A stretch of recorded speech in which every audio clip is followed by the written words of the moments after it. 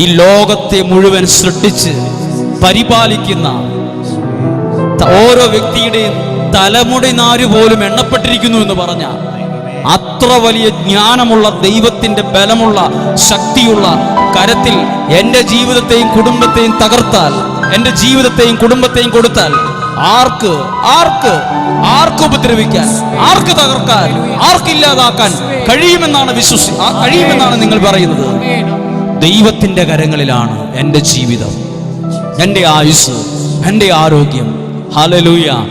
എൻ്റെ ജീവിതത്തെ എഴുന്നേൽക്കുമ്പോഴേ നിങ്ങളോട് കഴിഞ്ഞ കുറച്ച് ക്ലാസ്സുകൾക്ക് മുമ്പ് പറഞ്ഞില്ലേ, യേശുവിൻ്റെ നാമത്തിൽ ആരംഭിക്കണം. 10 വചനങ്ങളെങ്കിലും മനപ്പാഠം പഠിക്കണം.